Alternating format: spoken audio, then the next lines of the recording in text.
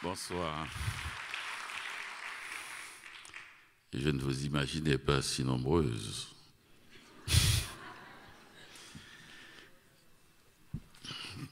De mon dernier livre, Autoportrait de Paris avec chat, je vais lire un bref extrait.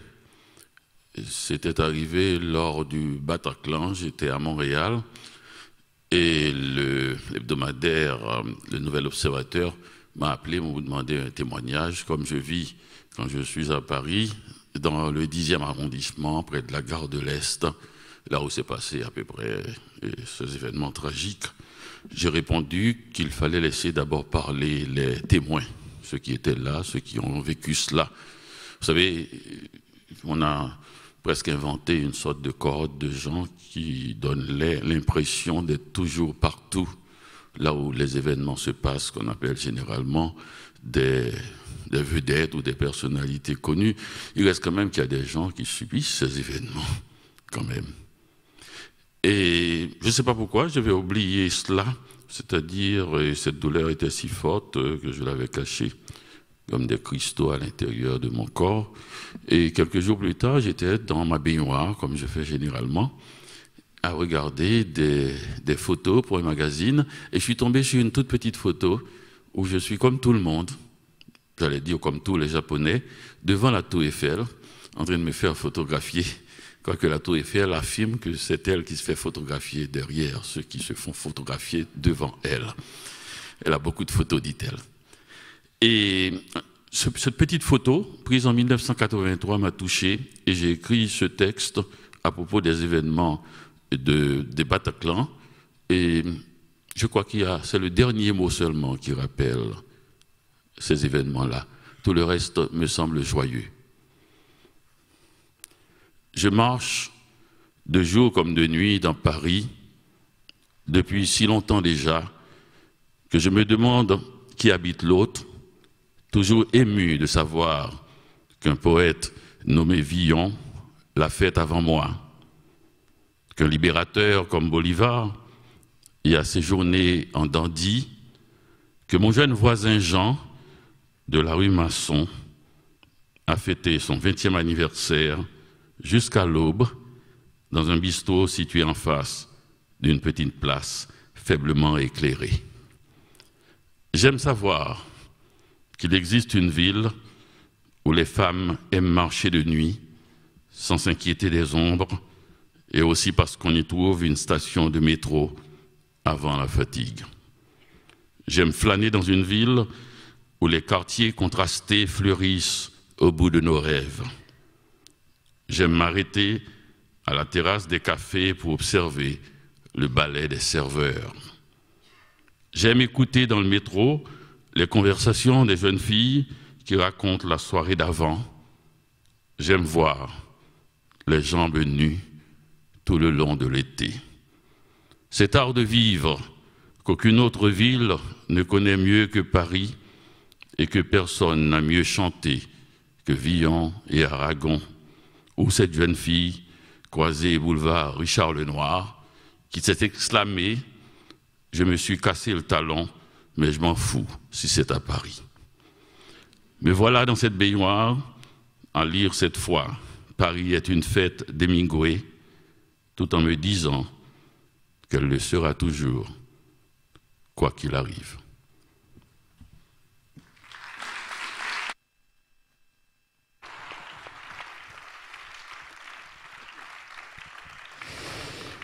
Bonsoir à toutes et à tous, un grand merci d'être venus aussi nombreux ce soir pour ce moment exceptionnel, ce grand entretien exceptionnel avec monsieur Dany Laferrière. Merci beaucoup Dany Laferrière d'être avec nous, je peux vous le dire au nom de toute l'équipe d'O les Beaux Jours, nous sommes vraiment ravis de vous recevoir ici dans ce festival, c'est un honneur. Merci aussi d'avoir accepté de lire, parce que pour nous, spectateurs mais aussi lecteurs, c'est important d'entendre votre voix, d'entendre la musique, la mélodie, le rythme de votre écriture. Et quand je vous vois arriver et vous adresser au public, je me dis mais qu'est-ce qu'il a l'air à l'aise, vous êtes extrêmement impressionnant. Est-ce que vous prenez du plaisir à être sur scène ? Oui, mais je prends autant de plaisir aussi quand je suis dans la salle à regarder quelqu'un d'autre. Si quelqu'un voudrait ma place et que je suis prêt à partager, il y a autant de plaisir, je crois. C'est comme pour la littérature, il y a autant de plaisir à écrire qu'à lire. Est-ce que vous lisez seul chez vous ce que vous écrivez au moment où vous êtes dans votre atelier d'écriture? Est-ce que vous lisez à voix haute? Oh, je lis toujours à voix haute, même quand on n'entend pas. C'est toujours de mon ventre que j'écris.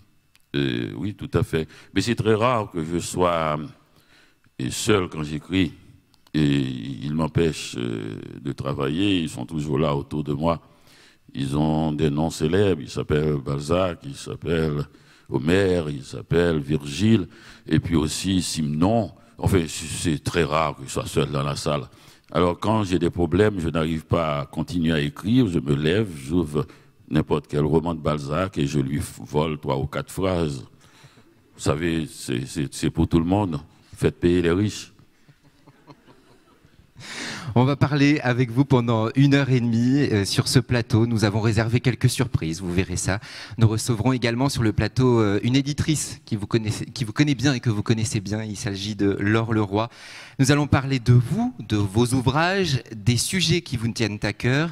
Nous allons tenter de retracer votre itinéraire, vos itinéraires entre autres Haïti, le Canada et plus particulièrement le Québec et la France, entre autres.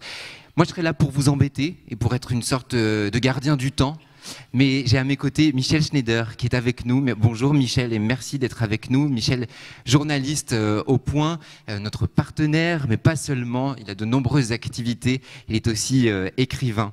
Michel, avant de vous passer la parole pour un premier tour de questions qu'il vous a préparé, Dany Laferrière, je voudrais qu'on regarde 2 photos. Dany Laferrière, 2 photos assez personnelles, je crois. En tout cas, je ne sais pas qui les a prises exactement, mais on est allé extraire ça de votre bibliothèque d'images. Je crois que c'est un moment assez important. On va regardez, nous on a le moniteur juste là. Je crois que c'est un moment assez important. On avait envie de diffuser ces photos dès le début comme ça de cet entretien. Je pense que ça s'applaudit effectivement pour poser un petit peu le décor. Parce que ça pose son homme, comme on dit familièrement. Oui, je suis habillé. Quel souvenir vous gardez de cette journée-là? En 2013, vous êtes élu à l'Académie française. Ces photos ont été prises plus tard, ont été prises en 2015 pour votre discours de réception à l'Académie française. C'est quoi, là, votre sentiment en revoyant ces photos? Vous savez, j'ai voulu être en Haïti lors de mon élection à l'Académie française. J'ai même... J'aurais pu d'ailleurs perdre cette élection puisque une des plus anciennes traditions, c'est la visite aux anciens académiciens, aux académiciens tout court. Je ne l'ai pas faite parce que je n'avais pas le temps. Je voulais être en Haïti. Si par chance j'ai été élu, je voulais que ce moment-là, je voulais le vivre en Haïti. Pour une raison simple. Parce que ce pays est un pays souvent blessé et qui, malgré tout, a gardé le français. Une des langues les plus riches, les plus fortes, le français d'Haïti, et une des langues la langue sur laquelle Haïti avait le plus, presque autant que sur le créole. Vous savez, en Haïti, si vous faites une faute de français, vous devez au moins changer de quartier. Vous le paierez toute votre vie. Et faire une faute de français, c'est pas faire une faute, le pluriel, vous mettez au singulier. Non, c'est aussi une faute de prudence, comme il dit. Si vous évitez d'utiliser trop souvent le conditionnel passé deuxième forme, ou le subjonctif plus que parfait, ou un banal futur antérieur, on vous a à l'œil. On vous a à l'œil. On voit le genre d'individu que vous êtes. Donc, pour moi, il fallait que je sois en Haïti. Et quand l'élection est arrivée, jusqu'à peut-être un mois plus tard, je n'avais pas eu d'émotion personnelle, puisque tout le monde vivait cette émotion à ma place. Il a fallu qu'un soir, à Montréal, dans mon appartement, que je ferme la porte de mon bureau, que je prenne une bouteille de vin rouge et que je lève ce verre enfin à moi en me disant Dany Laferrière, membre de l'Académie française, au fauteuil de Montesquieu et de Alexandre Dumas fils. Il a fallu un mois. J'espère que c'était une bonne bouteille. Oui, c'était une bouteille, oui, de bon vin. Bien mérité. Michel Schneider, c'est à vous. Dany Laferrière, à 65 ans, décoré, adulé, célébré, encore vert, malgré l'habit de même couleur que vous avez revêtu en 2015, et qui, paraît-il, fait vieillir ceux qu'on dit immortels, vous restez engagé et dégagé, révolté et survolté, mais vous êtes surtout un merveilleux écrivain qui, dans sa langue maternelle, entièrement réinventée, tout en y étant entièrement fidèle, a su dire son goût de la vie et sa passion de mettre en mots les odeurs, les images, les sensations venues de loin. Mais si j'avais à faire votre portrait, moi qui ne sais pas plus que vous l'art du dessin, ce qui ne vous a pas empêché de faire votre dernier livre entièrement à la main, écriture et dessin compris, si j'avais donc l'art du dessin, je vous représenterais en enfant. Un enfant, ça ne marche pas. Comme un adulte, ça ne petonne pas comme un vieillard, ça court tout le temps, peut-être pour ne pas tomber. Je vous pose donc d'abord une question paradoxale. Est-ce que vous avez déjà connu cet état qu'on appelle la dépression? Êtes-vous de ceux qui partent dans tous les sens et à pleine vitesse par peur de l'immobilité mélancolique? Oui, c'est une question grave, mais si elle est vraiment bonne, je ne pourrais pas y répondre tout de suite, parce que ce sont des questions, on en a 2 ou 3 comme ça, qu'on garde dans sa poche tout le long du chemin et qui deviennent à la fin des pépites et se changent en livres.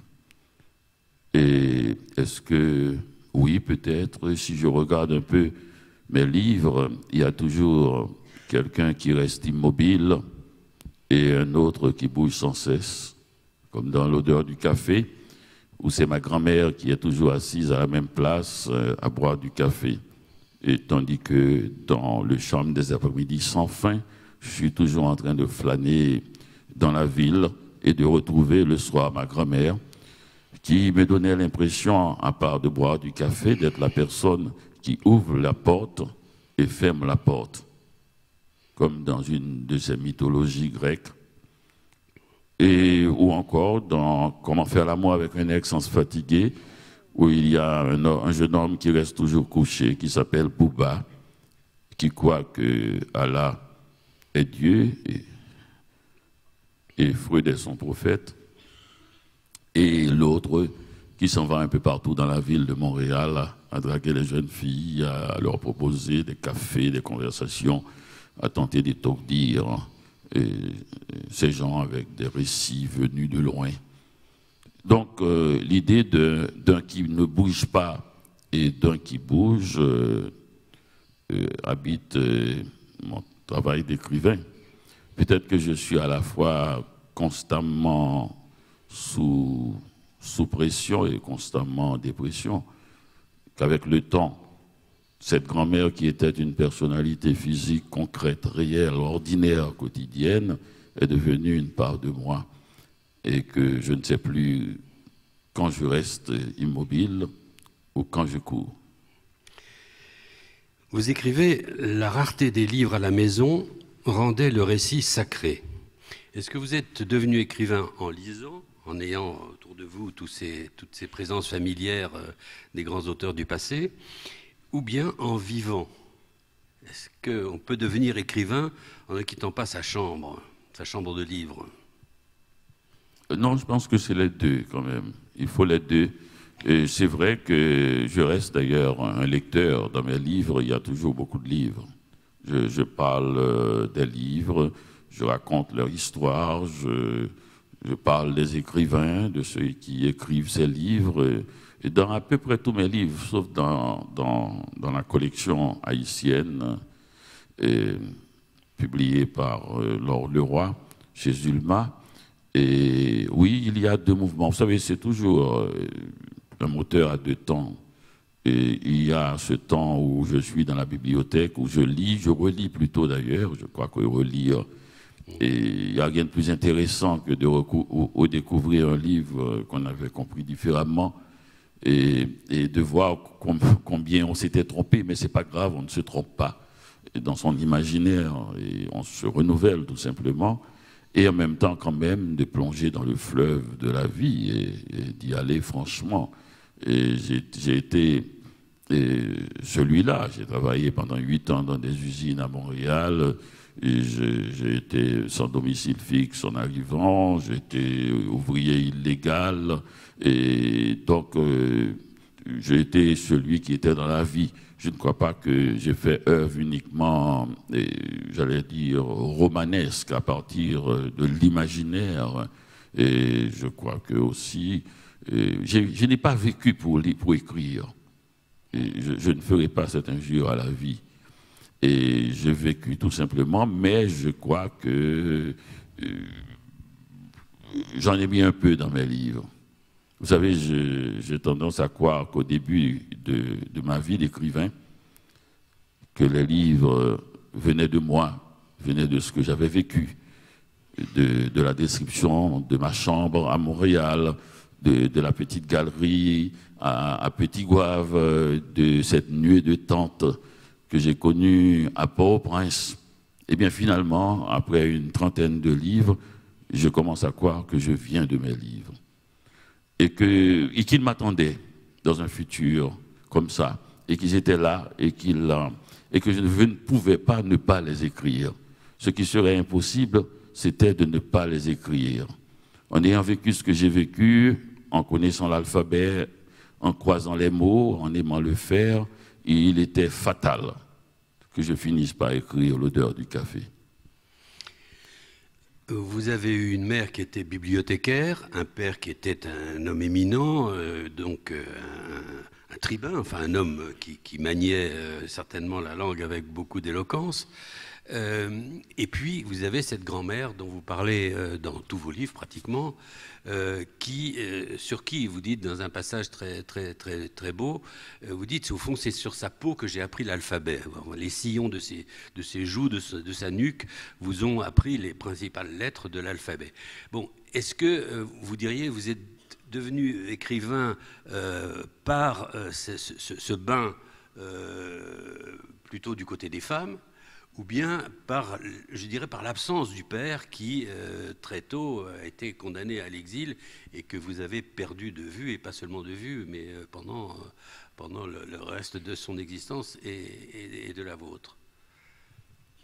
Bien sûr, il y a ce bain, comme vous dites, mais il y a aussi la comtesse de Ségur. Il y a aussi le Chaboté, les grands loyaux. J'aimais bien, j'aurais adoré être le Chaboté.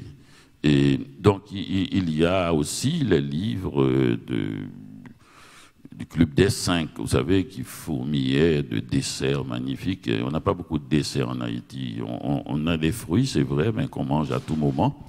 Et donc, je mangeais, et puis après, j'allais lire le Club des 5, où il y avait toujours des marrons glacés, je ne savais pas ce que c'était.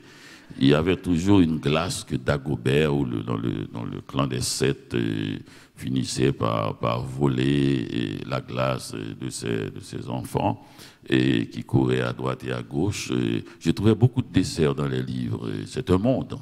Et donc les livres m'ont apporté beaucoup avec, oui, la vie romanesque de mon père. Mon père est un fils de paysan qui a été adopté par une famille paysanne pauvre, puis à Port-au-Prince par une famille de la classe moyenne, et qui a eu un destin très rapide puisqu'il a été à 24 ans le plus jeune maire de l'histoire de Port-au-Prince, de la capitale d'Haïti, et qui brusquement a dû filer en exil.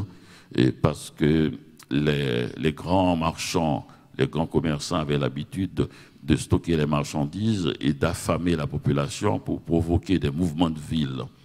Et mon père, qui était ministre du Commerce, sous-ministre du Commerce, est allé à la radio pour dire que si les gens stockent les marchandises, le peuple a le droit de casser les magasins. C'était un tout jeune homme. Il n'était pas au courant qu'il ne fallait pas dire ça, qu'il était devenu un notable. Donc il a dû prendre l'exil. Il est mort en exil des années plus tard, plus près de 50 ans. Et ça a fait un peu l'objet d'un de mes livres, L'énigme du retour. Quant aux femmes dont vous parlez, elles ont toujours été là. D'ailleurs, je crois vous lire juste une dédicace d'un de ces livres avec... je vais discuter la dédicace de ce livre, Le goût des jeunes filles, je crois. Et parce que j'ai toujours aimé les hommes de ma famille, mais enfin, vous verrez. Aux hommes de ma lignée, à mon grand-père, celui qui aimait tant les roses, à mon père, l'éternel absent, mort à New York, au terme de 30 ans d'exil, à mon oncle Yves, toujours présent, que j'ai volontairement oublié, il n'avait rien fait de mal, c'est comme ça. À Christophe Charles, le mari de mon unique sœur, qui a écrit un livre sur ma gloire Sainte-Aude, à tous ces hommes, à leur manière sincère, courageux et honnête, qui trouveront un jour, j'espère, leur chantre. Pardonnez-moi de le dire ici, seules les femmes ont compté pour moi. Et elles sont toutes dans mes livres, et ces hommes n'y sont pas. C'est comme ça, vous savez. On va recevoir, puisque vous avez pris en plus ce livre en particulier, Dany Laferrière, avant de poursuivre sur votre œuvre et votre itinéraire. Je pense qu'on va continuer à parler d'ailleurs d'Haïti avec elle. Laure Leroy, sur le plateau. Laure Leroy, c'est une personne que vous connaissez bien parce que c'est une de vos éditrices. On reconnaît très facilement cette collection dans les librairies, puisqu'elles sont toujours, les couvertures sont toujours extrêmement colorées. Bonjour Laure Leroy. Bonsoir. Vous allez bien? Mais bien contente d'être là avec vous, oui. Quand on lit le catalogue de votre maison d'édition, on voyage à travers le monde entier. Et lorsqu'on y regarde de plus près, on voit qu'il y a tout de même 2 pays qui sont particulièrement présents ou qui se détachent. Ce sont Haïti et l'Islande. Pourquoi ? Mais je ne m'en suis pas rendu compte tout de suite, mais j'avais envie de vous raconter peut-être comment j'ai rencontré Dany Laferrière en 2012 au festival Étonnant Voyageur. Et je l'avais déjà lu, mais je ne l'avais pas rencontré. Et j'ai redécouvert à cette occasion plein d'écrivains haïtiens. Et je suis tombée amoureuse. Alors, pas de cette littérature au sens où chacun était excessivement, totalement différent. Ce qu'ils avaient en commun, c'était une force d'imaginaire, une force de raconter des histoires et de raconter la magie du monde. Chacun, que ce soit Jacques-Stéphane Alexis, Marie-Vieux Chauvette, etc. Et Dany Laferrière, avec une voix très singulière, mais quelque chose de vibrant, de très très fort, qui est en commun. Et ça, on le retrouve en Islande. Drôle de voyage. La même magie, cette même force incroyable et cette même passion pour l'imaginaire, pas pour l'imaginaire en soi, mais comme source pour nous toucher, pour nous émouvoir, pour nous transporter, pour nous transformer comme ce que fait la littérature. Est-ce qu'il n'y a pas un autre point commun qui est, ce sont des îles, Haïti comme l'Islande, comme l'Irlande qui a donné à la langue anglaise la plupart de ces grands écrivains. Est-ce que, Dany Laferrière, est-ce que le fait d'être né dans une île ne vous pousse pas en quelque sorte à en sortir par la langue, par le récit, ce sont les Islandais qui ont inventé les premières sagas, les premiers romans. Est-ce que le fait d'être né dans une toute petite île dont on voit les limites ne vous donne pas cette envie d'échapper par la langue, par la littérature? Par un cri écrit. Parce que si vous criez, vous êtes sur une île, on ne vous entendra pas. De très loin, il y a le vent. D'ailleurs, à côté d'Haïti, le frôlant, il y a le canal du vent. Donc on ne vous entendra pas. Il faut bien l'écrire.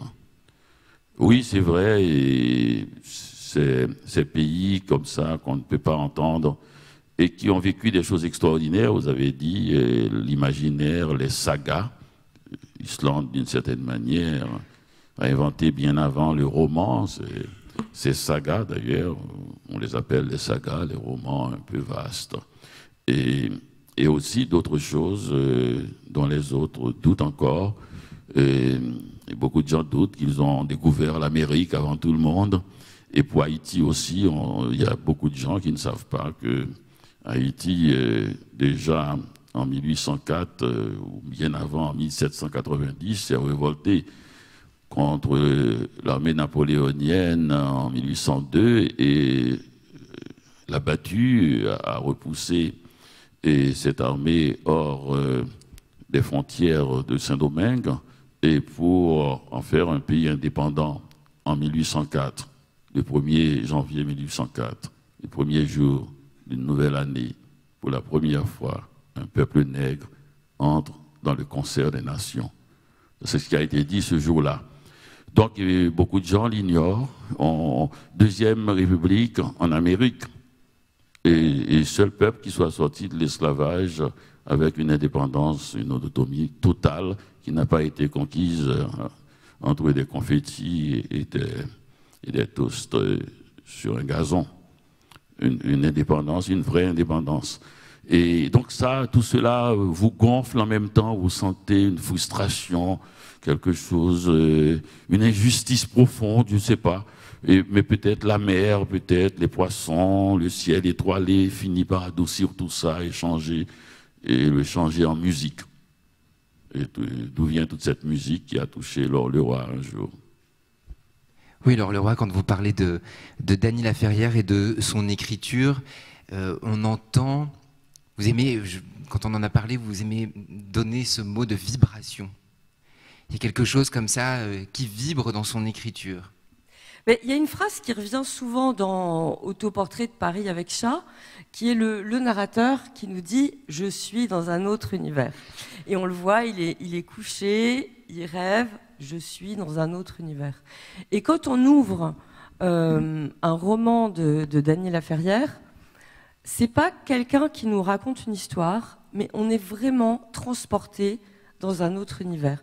Je crois que il y a beaucoup de gens qui vont à Petit Goâve pour aller rendre hommage à Da, la grand-mère de Dany, mais en quelque sorte, moi je dis souvent, voilà, Victor Hugo m'appartient, Balzac est mon meilleur ami, et Da est ma grand-mère. Enfin, j'en aurais peut-être déjà deux, mais je peux bien en avoir une troisième. Je veux dire que quand on lit ces romans, on est véritablement dans un autre univers qui est très simple, qui est façonné des choses de la vie ordinaire, mais on est plongé là-dedans. On n'est pas dehors.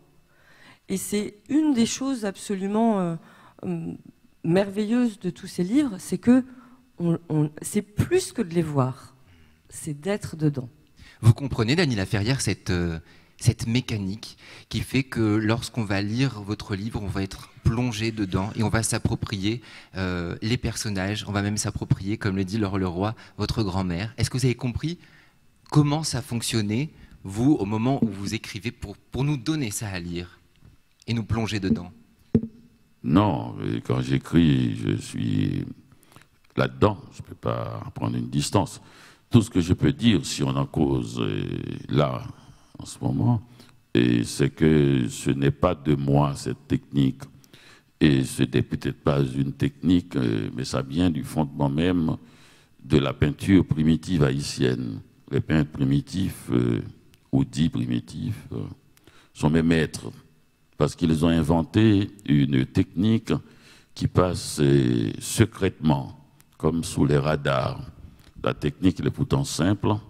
Pendant longtemps, ou encore aujourd'hui, dans la peinture occidentale, le point de fuite se trouve au fond du tableau, la perspective, et invite celui qui regarde à pénétrer dans le tableau. On le voit bien dans certaines œuvres de De Chirico, et même on a fait des films où l'on voit un personnage vivant pénétrer dans un tableau, flâner.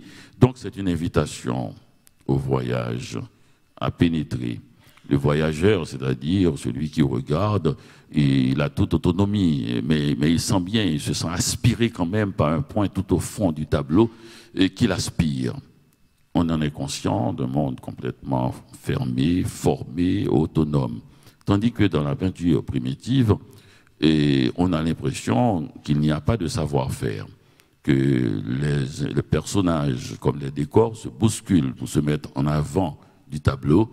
Il y a une sorte de bousculade, et assez souvent très populeux, il y a beaucoup de gens, jusqu'à ce qu'on... Moi, j'ai regardé beaucoup et j'avais compris tout simplement le point de fuite est de l'autre côté, dans le plexus de celui qui regarde. Et cette bousculade, c'est pour pénétrer les gens qui regardent. Et cette technique, elle est très simple parce qu'elle annule l'esprit critique. On vous habite, vous êtes possédé, on veut votre âme. Alors tous ces personnages rentrent en vous et finissent par vous posséder, annulant l'esprit critique et vous donnant en échange le goût du merveilleux. Merci pour cette réponse très très claire. Laure Leroy, puisqu'on vous a sur le plateau pour quelques minutes, on a quand même envie de connaître un peu l'envers du décor. C'est comment de travailler avec Dany Laferrière? Comment ça se passe le travail entre vous deux, entre l'éditrice et l'auteur? C'est d'une très grande simplicité. Vous savez, les plus grands écrivains sont ceux qui sont le plus à l'écoute. Donc, avec un jeune romancier, on va se battre comme des chiffonniers. Avec un grand écrivain, on va tout de suite être d'accord, on va discuter des choses. Maintenant, vous savez, c'est une série de livres que je republie, qui sortent en poche chez Zulma, qui était publiée il y a 15-20 ans au Serpent à Plumes. Donc, je suis enchantée de les republier, mais mon travail d'éditrice est davantage de les mettre en valeur que d'avoir un travail vous voyez, de relecture. C'est plus, il y a un travail d'affinage dans la mise en forme, davantage qu'autre chose. Mais Dany est toujours évidemment à l'écoute. Et puis, voilà, mais maintenant c'est très très joyeux. Vous savez, quand on a la chance de publier un d'aussi beau livre, ce qui est important, c'est ça, c'est ce partage-là pour rendre à nouveau accessible, rendre à nouveau présent chez les lecteurs des livres auxquels on tient tellement. Et quand on partage ça, c'est-à-dire l'amour de ces livres-là, eh bien, c'est plutôt très joyeux.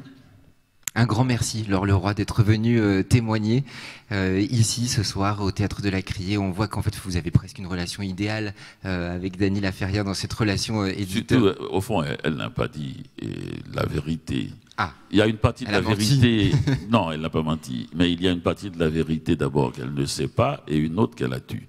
Celle qu'elle ne sait pas, c'est que les livres, à leur première, quand c'était publié au Serpent à Plumes, ça avait été déjà publié au Québec, et ça n'a pas été bien corrigé non plus. Et d'abord, Le charme des après-midi sans fin, j'ai tellement détesté ce livre que je n'arrivais pas à le relire pour le corriger, et ça me donnait envie de vomir. Ça peut arriver, c'est une allergie physique, c'est pas que le livre était. Et le livre, quand il est sorti, et j'ai entendu quelqu'un le lire près de moi et rire. C'est par le rire d'une lectrice que j'ai aimé ce livre. Donc il n'a pas été très bien corrigé. Arrivé au Serpent à Plumes, on a supposé, parce que c'est un livre qui est charmant, vous savez, les gens charmants, comme les livres charmants, sont souvent mal corrigés. Et de leur charme, c'est un peu échevelé. Et on n'a pas envie de les corriger, comme on dit. Et c'est Laure Leroy qui les a corrigés finalement. Et qui les a habillés, réhabillés. C'était très, très, très joliment habillé par le Serpent à Plumes aussi. Et c'était très difficile de prendre la succession, pour ceux qui connaissent le Serpent à Plumes à l'époque, l'édition Motif, comment c'était joli. C'était très difficile de prendre cette succession, mais elle l'a réussi haut la main au point que j'ai oublié quelles étaient les couvertures du Serpent à Plumes. Mais elle a corrigé à l'intérieur de manière si fine que même moi, je n'arrive pas à voir. Seulement, j'ai l'impression que le livre est devenu un peu plus éclatant. Il y a quelque chose qui sort de la typo, qui sort aussi des choses qu'on a bougées, qu'on a enlevées, des choses. Et c'est tout à fait... C'est très... Et mieux c'est fait, moins on voit. Mais c'est vraiment cela. il y a beaucoup de corrections, mais ça ne se voit pas du tout. On a l'impression, simplement, quand on commence à le lire, avant, je finissais toujours par gratter mon avant-bras. Je ne sais pas pourquoi, ça me gratte. Et là, je ne le fais pas et j'ai oublié. Merci beaucoup, Dany Laferrière. Merci, Laure Leroy. Dany, nous avons une petite surprise pour vous. Je me suis rendu sur l'île Saint-Louis, à Paris, pour rencontrer une de vos amies et une de vos plus grandes admiratrices. Nous avons parlé ensemble de cinéma, d'adaptation et de vous, évidemment. Et je vous laisse découvrir son témoignage. L'œuvre littéraire peut, en fait, être un poids lourd pour un film, pour une adaptation. Parce que qu'est-ce que c'est une œuvre littéraire? Une œuvre littéraire, il a son existence. Et un film a son existence aussi, mais le film a besoin d'une partie littéraire, c'est-à-dire l'idée littéraire, il a besoin. Il a besoin d'une écriture autre, mais une idée. Et très souvent, un metteur en scène ou un producteur cherche les idées à travers les livres, parce que là, les idées sont vraiment travaillées. Ils sont travaillés pendant longtemps par les grands écrivains, et même les écrivains moyens, mais les écrivains en général, ils travaillent leurs idées. Or, donc, un peu comme des coucous, hein, les cinéastes, ils viennent piquer ce qu'ils veulent de cette œuvre, parce que eux, à côté, ils ont leur vision de ce qu'ils veulent pour leur film, qui est pas très différent, mais c'est une autre vision. C'est une autre manière, ou c'est une autre manière peut-être de voir la même chose. Comme Dany, c'est un être que je le connais parce qu'on s'est beaucoup vu après, est devenu ami, il a cette forme de générosité absolue au niveau de la créativité des uns et des autres et le monde imaginaire de l'un et de l'autre. Comment on peut vraiment l'utiliser d'une manière la plus libre possible, sans avoir de contraintes ni sociales, ni de race, ni de religion, juste de pouvoir naître ce que notre vision nous apporte. Et là, avec donc, pour le film, il dit, lui, il a pris cette voie-là, avec l'idée que moi j'ai eue, et puis c'est absolument parfait, parce que c'est son idée. Et si le film plaît, et si le film est vu et entendu, à ce moment-là, c'est encore plus parfait. Dany veut partager. Dany est un des êtres les plus généreux que je connais. Peut-être c'est la fascination pour autrui qu'il a, la fascination pour les gens, la fascination pour un moment, la fascination pour une idée, la fascination. Il est fasciné. Il est fasciné par, et il va très loin, parce que comme il vient d'un pays aussi qui est très attaché aux esprits, et où les choses se passent invisiblement, donc Dany vibre de ça. Voilà Dany Laferrière, vous la connaissez? Oui, c'est Charlotte Rampling. On a longuement parlé de vous avec Charlotte Rampling et on a fait un tout petit montage, mais ce qui ressort énormément de son témoignage et de tout ce qu'elle a pu nous dire, c'est votre générosité. Votre générosité à la fois avec les gens dans la vie de tous les jours, mais aussi avec les artistes, comme pour une adaptation par exemple, c'est-à-dire de laisser l'artiste libre de s'approprier votre œuvre et de lui faire confiance, de faire confiance à l'artiste. Il me semble que c'est la moindre des choses, de laisser les gens travailler librement. Du moment qu'on est d'accord avec le principe de tirer un film de son livre, c'est fini. On a affaire avec des adultes. Et au contraire, l'idée, ce n'est pas de retrouver mon livre dans un film, c'est que cela, une énergie, un éclat, ait pu attirer l'œil de quelqu'un d'autre. Et c'est cela. Je voudrais qu'il soit à chaque fois différent et pas du tout refaire le film. Et quand je vois un film tiré d'un de mes livres et je dis ce n'est pas moi, c'est un compliment. Et Charlotte Rampling parle de cette fascination que vous avez pour les autres. Elle vous vient d'où, cette fascination que vous avez pour les autres, Dany Laferrière? Vous croyez que c'est possible d'être en face de Charlotte Rampling sans être fasciné par elle? Ah, elle parlait d'elle. Elle me vient de son éclat intérieur, mais comme elle est généreuse aussi, elle croit que tout le monde produit cette même impression qu'elle produit sur les autres. Je ne vous crois pas, mais bon, c'est pas grave. Michel Schneider, c'est à vous. Dany, vous avez raconté dans Le Cri des oiseaux fous vos débuts dans le métier dangereux, en tout cas sous les dictatures, qui sont, comme leur nom l'indique, des endroits où on vous dicte ce qu'il faut dire, ce qu'il faut écrire, ce qu'il faut penser. Donc ce métier dangereux de journaliste que vous avez quitté quand vous avez vu un de vos amis se faire fracasser le crâne par les tontons macoutes. Et à ce moment-là, vous avez pris le chemin de l'exil. Est-ce que la lecture et l'écriture vous ont aidé dans ces débuts difficiles que vous avez rapportés à l'instant à Montréal, vous ont aidé à survivre? Enfin, je retourne la question autrement. Est-ce que vous seriez devenu écrivain si vous étiez resté tranquille, peinard, à Haïti, entre pas papa et maman, mais enfin, si le régime avait été autre, si Bébé Doc n'avait pas succédé... Mon père n'était pas en Haïti, j'étais plutôt entre maman et papa Doc. Entre maman et papa Doc, oui. Et Bébé Doc, ensuite, qui a pris la succession...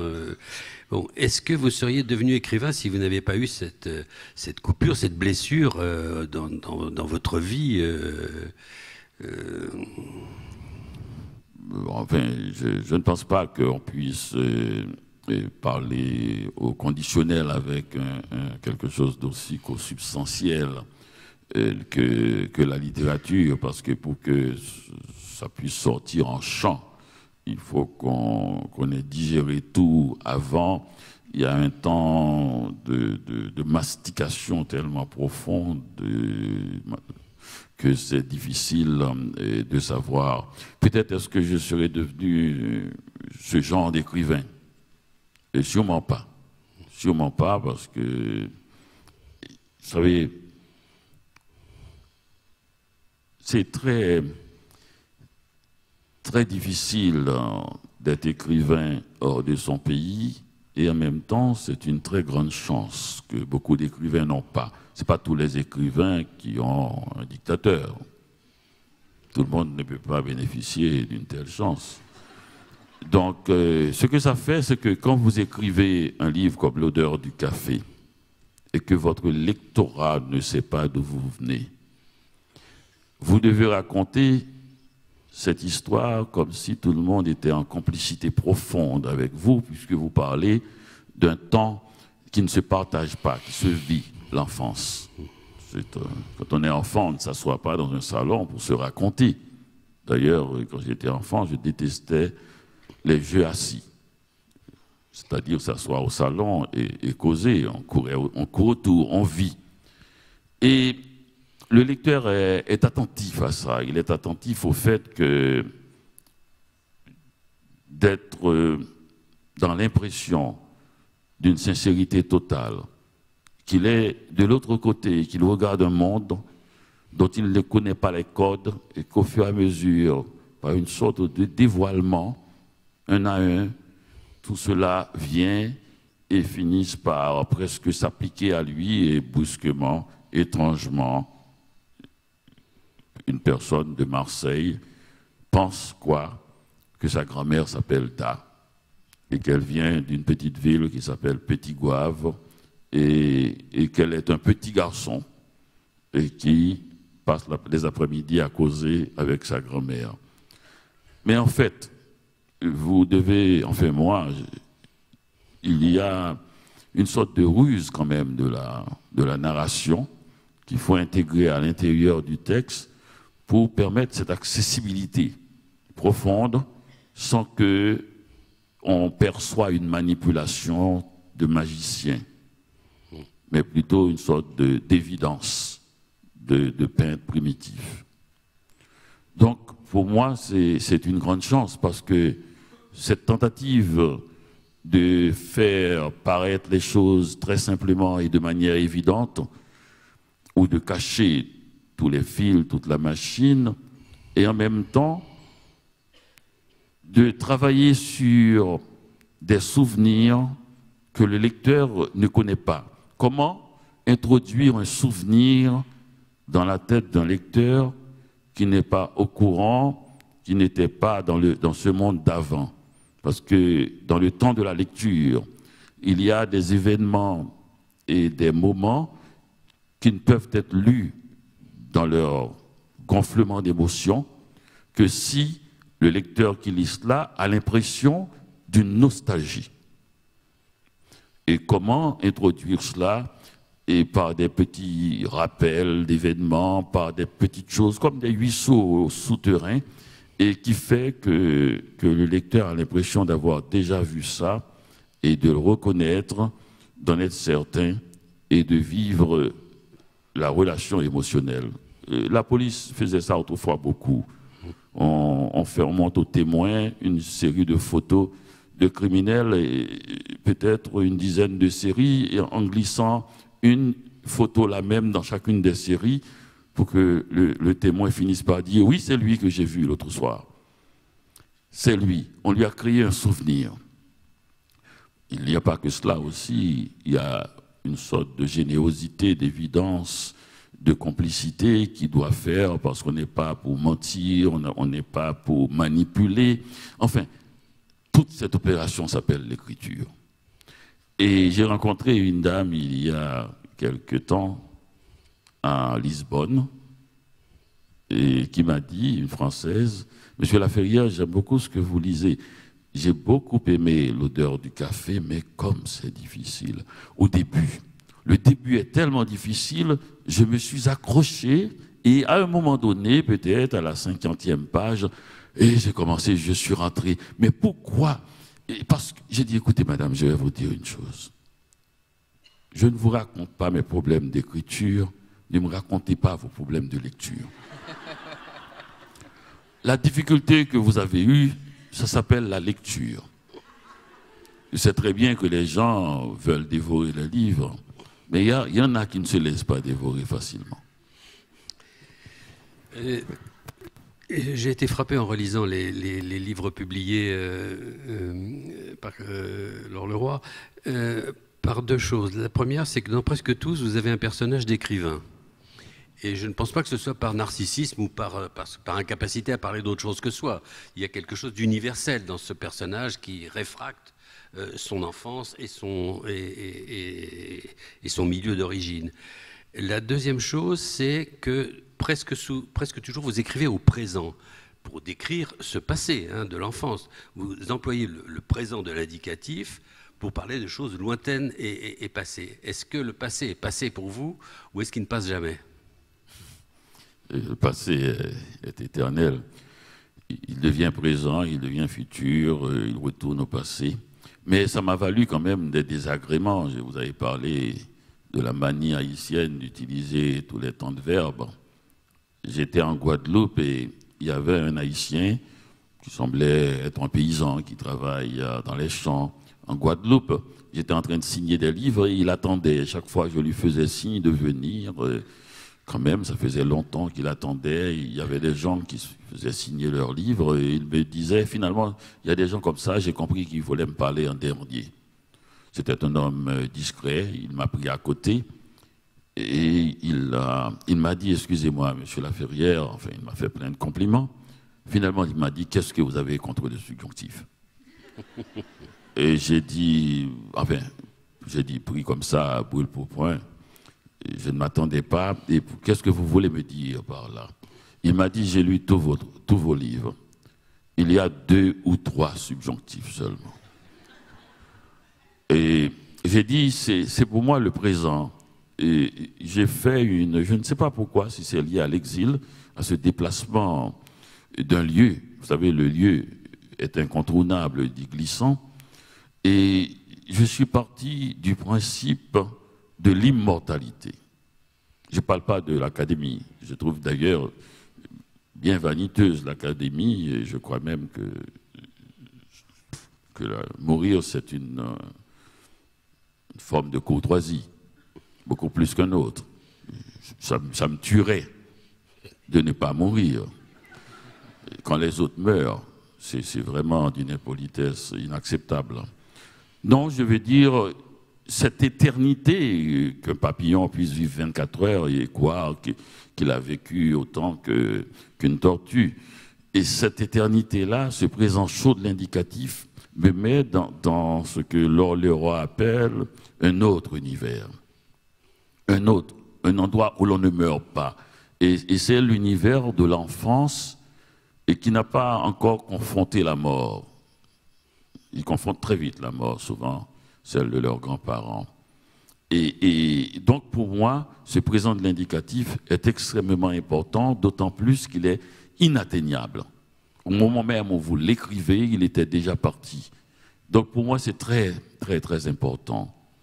Quant à cet écrivain qui se balade dans mes livres, c'est le grand magicien dont parle Thomas Mann. Ce n'est pas du tout moi, c'est pas du tout, c'est la rêverie de l'enfance. C'est pour moi l'être qui a créé l'objet le plus magique qui soit. Il n'y a pas de plus grande magie qui se passe sous nos yeux que de voir quelqu'un dans le métro, les yeux baissés sur un livre et d'ignorer que cette personne se trouve en ce moment dans un lieu que l'on ne connaît pas et il y a 4 ou 5 siècles et qu'elle n'est pas avec nous et qu'elle ne nous entende pas et qu'elle fait quelque chose d'incroyable et de magique. Elle se tait quand un mort parle. Je vais simplement lire un tout petit extrait justement où vous parlez de la lecture dans Autoportrait de Paris avec Chat. Un petit extrait au début que j'ai vraiment beaucoup aimé où vous parlez de votre passion pour la littérature et à quel point les livres ont été importants dans votre vie, qu'ils ont été là pour vous consoler aussi dans des grands moments de tristesse. Et vous écrivez « Je revois dans ma tête tous ces moments passés à lire ». Cette joie d'enjamber la fenêtre pour me retrouver dans un nouveau monde. On reste immobile, tout concentré, et ainsi on traverse les siècles, comme les frontières. Et si on veut aller plus loin, on n'a qu'à fermer les yeux. Oui, et on va dans un endroit, quand on lit, que personne ne connaît. C'est un ailleurs, et on va dans le même endroit quand on écrit aussi. Et on le fait pour ça, c'est pour ça que je ne comprends pas cette manie de référer l'écrivain à son lieu natal. C'est précisément pour quitter l'espace où l'on est physiquement qu'on écrit, pour traverser, enjamber la fenêtre, comme vous avez dit. Et quand on écrit, comme quand on lit, on le fait pour aller dans un endroit que j'ai déterminé d'ailleurs. Vous allez où? Nulle part. Joli coin. Et ce nulle part, qui est un coin que les gens qui aiment lire connaissent bien et que les gens qui aiment écrire connaissent bien, c'est un endroit que je refuse de donner l'adresse parce que nous vivons dans une époque où l'on met des frontières partout et des agents d'immigration partout. Il y a un endroit où ils ne peuvent pas nous retrouver, sauf si ils aiment les lettres, ils aiment lire. C'est un endroit que les enfants, je me souviens de ma fille quand elle était petite et qu'elle ne... Un soir, je l'ai entendue marmonner, ensuite lire péniblement chaque lettre et ensuite qui forme un mot. Ensuite, le mot suivant, le verbe et la fin, le dernier mot, revenir 4 ou 5 fois et finir par lire la phrase et crier. Papa, je sais lire. Et ce cri, c'est le cri exactement dans les romans maritimes de celui qui voit une terre nouvelle. Les derniers mots de ce dernier livre, c'est l'enfance de l'art. Est-ce que ce retour, l'énigme du retour dont vous parlez, c'est le titre d'un de vos livres, est-ce que l'énigme du retour, c'est que le retour à l'enfance, finalement, contrairement à ce que dit Proust, il n'y a pas de temps retrouvé, parce qu'il n'y a pas de temps perdu. C'est-à-dire que l'enfance n'est jamais complètement perdue. Elle est toujours au présent. Enfin, en tout cas, chez l'artiste, chez l'écrivain, Baudelaire dit ça. Il dit l'art, c'est l'enfance de l'art, ou c'est l'art de l'enfance. C'est l'enfance en nous qui fait l'artiste. Et dans ce dernier livre, il y a cette espèce de tentation de retourner au moment où on ne savait pas écrire, presque, je dirais. Vous savez, je passe mes jeudis avec des enfants de 90 ans à l'Académie française. Et c'est une folie que cette enfance, parce que c'est une très grande liberté quand la plupart ont terminé leurs œuvres et qui retournent et qu'ils oublient même certains passages. Il arrive un moment où on confond ce qu'on a lu avec ce qu'on a écrit et c'est magnifique. Il n'y a pas de limite, pas de frontières, c'est l'océan. Et c'est extraordinaire. Vous savez, la plus grande joie que j'ai eue en entrant à l'académie, c'est que quand Paris est énervé, quand les rues sont peu sûres, d'entrer dans cette salle et de traverser ce couloir où Voltaire, Racine, Corneille et tant d'autres, Pasteur, vous regardent et qu'à un moment donné, en pénétrant dans la grande salle des séances, de trouver ce silence, cette sérénité qui fait rire les gens en disant que ce sont de vieux gâteux qui se réunissent, alors qu'en fait, c'est une promesse de sérénité pour tout le monde. Dans ce monde agité où les gens sont toujours dans l'actualité, où tout doit être vendu, comme on dit, eh bien, il y a des gens qui parlent de livres, d'un érudit de 1503 qui a écrit ce texte en latin qu'on ne prend pas la peine de traduire puisque on est censé connaître le latin, et d'entendre, sans entendre cette fois la rumeur du monde, d'entendre la rumeur des siècles. Et je sens cette éternité, et c'est magnifique, et j'aspire à arriver à leur âge, puisqu'on sent tous là, il y en a plein qui... tout le monde a à peu près 80 ans, et quand je pense qu'en Occident, c'est un défaut, alors que le pays d'où je viens, atteindre 60 ans, c'est une qualité extraordinaire. Un des écrivains africains avait dit qu'un vieillard qui meurt est une bibliothèque qui brûle. Quand très peu de gens finissent par atteindre 70 ans dans mon pays et que je vois qu'on traite de genoux ceux qui ont 70 ans et dehors qu'on se moque de ceux qui ont 90 ans. Mais pour revenir à ce que vous avez dit, je me dis j'attends avec tant d'impatience d'avoir 90 ans pour pouvoir écrire ce livre dont je rêve depuis si longtemps et qui ne pourrait être écrit qu'à 90 ans et dont le titre est « Une si longue enfance ». Peut-être une dernière question concernant cette rubrique sur votre carrière. Je sais que vous n'aimerez pas ce mot carrière d'écrivain. Dans votre discours d'installation à l'Académie, vous avez dit « Il est question d'inscrire la dignité nègre au fronton de Paris ».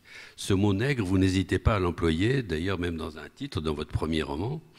Est-ce que votre expérience de la France, est-ce que vous diriez que la France est aujourd'hui devenue un pays raciste? Oh, le racisme. En arrivant à Montréal, je m'étais dit, si je veux devenir l'écrivain que j'ai toujours voulu devenir, il faudrait que je choisisse mes combats.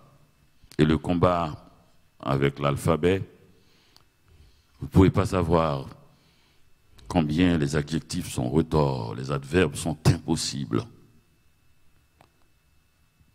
Et dans ce cas-là, il faut que je travaille, que j'arrive à cette souplesse d'écriture qui me permette d'évoquer des mondes très sensibles comme celui de l'enfance. Pour cela, il ne faut pas que je devienne à la fois la maladie et le remède. Ce n'est pas à moi de combattre le racisme, c'est à ceux qui ne sont pas ostracisés, qui sont en forme et qui voient sous leurs yeux une action raciste. Comme on fait d'ailleurs quand il y a des catastrophes naturelles, on ne demande pas à la ville catastrophée de se sortir de là. On voit arriver des troupes fraîches qui viennent avec leurs forces pour déblayer, pour aider. Mais étrangement, on laisse à ceux qui sont ostracisés le soin de se battre contre quelque chose qui est une maladie qu'ils ont provoquée parfois par leur indifférence. Mais je ne peux pas à la fois vouloir devenir un bon écrivain et perdre mon temps à régler les problèmes des autres. D'autre part, la question du racisme est une question qui est toujours mal envisagée. J'ai essayé de déterminer, vous savez, dans le racisme, le grave danger, c'est de savoir, est-il vraiment raciste ou est-il un simple amateur? Il ne suffit pas de dire « sale nègre » pour être raciste. Hein. Vous savez, quand vous n'aimez pas quelqu'un, quand il vous emmerde, quand il fait quelque chose que vous n'aimez pas, vous essayez de l'énerver, vous lui dites ce qu'il ne veut pas entendre. Et s'il est noir, vous lui dites « sale nègre ». Non, moi je veux un professionnel, celui qui vous empêche de travailler, qui vous empêche de louer une maison, qui vous empêche de vivre, qui vous empêche de rêver et qui vous casse vraiment. Mais là, il faudra du temps pour pouvoir les déterminer. Et même, il arrive, j'ai vu dernièrement la journée de l'esclavage ou de la libération, je ne sais plus, et j'ai vu plein de noirs à la télévision et tout ça, et ils travaillent, ils sont dans les cérémonies, ils travaillent, ils expliquent pourquoi il ne faut pas être raciste. Ils sont tout en sueur d'expliquer ça, alors que ce devrait être un jour pour eux où les restaurants devraient être gratuits, où les avions devraient être gratuits au moins pendant un jour, où ils peuvent aller dans les cafés, boire gratuitement. Ça, ce serait bien. Jour de repos, de l'énergie exploitée à travers les siècles. À propos de racisme, Dany Laferrière, on va écouter le témoignage d'une autre personnalité que vous connaissez très bien. C'était le même jour de tournage que Charlotte Rampling. Il suffisait de traverser la Seine pour se rendre rive gauche.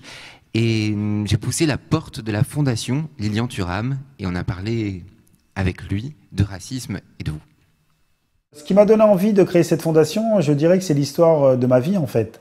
Moi, je suis né en Guadeloupe, j'arrive à Paris en 1981, j'ai 9 ans et je découvre que je suis noir à l'âge de 9 ans. Parce que très souvent, les gens ne comprennent pas qu'en fait, qu'on devient noir. On devient noir dans le regard des autres. Parce qu'effectivement, aux Antilles, la grande majorité des enfants, nous avions la même couleur de peau. Et quand j'arrive à Paris en 81, à l'époque, il y a un dessin animé à la télévision où il y a une vache très très stupide qui s'appelle la Noiraude. C'est un dessin animé. Il y a une vache blanche très intelligente et certains de mes camarades m'appelaient du nom de cette vache. Et j'étais extrêmement triste. Et en fait, je me souviens très bien, un jour, je rentre à la maison, je demande à ma maman pourquoi en fait les personnes de couleur noire sont vues différemment, sont vues de façon inférieure. Et je me souviens très bien de la réponse de ma maman, qui a été une très mauvaise réponse. Elle m'a dit « c'est comme ça mon chéri ». Donc ça veut dire que c'est une fatalité. Et elle m'a dit « ouais, c'est comme ça, les gens sont racistes ». Et donc quand elle disait « les gens étaient racistes », elle disait « les blancs sont racistes ». Et donc effectivement, c'est une très mauvaise réponse parce que ça ne donnait pas à comprendre en fait la profondeur historique et aussi surtout que tout le monde n'était pas raciste. Et donc c'est en comprenant l'histoire, la construction de l'infériorité des Noirs parce qu'on avait besoin de les esclavagiser. L'histoire de ma vie m'a emmené à me questionner sur des sujets, par exemple à comprendre le code noir. Et je me suis dit, tiens, lorsque j'étais joueur de foot, très souvent on me demandait d'aller parler de ce sujet-là à l'école, avec les enfants, que ce soit en Italie, en Espagne. Et donc un jour j'ai rencontré un monsieur lors d'un dîner en Espagne et il m'a demandé, oui, qu'est-ce que vous allez faire plus grand?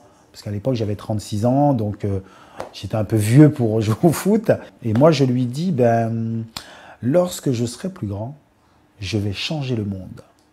Et il m'a dit, ah bon, comment vous allez faire? Et donc je lui ai expliqué ce que j'avais en tête, d'aller dans les écoles, discuter avec les enfants du racisme, du sexisme, de l'homophobie, et leur donner à comprendre en fait que chacun de nous avons des préjugés, mais ces préjugés sont liés à une histoire racontée. Et donc il m'a dit, ah bon, je suis plus vieux que vous, sachez que le monde on ne le change pas. Et quelques temps après, je reçois un coup de fil de ce monsieur qui m'a dit, vous savez quoi? Ce que vous m'avez dit, ça m'a interpellé, ça m'a changé.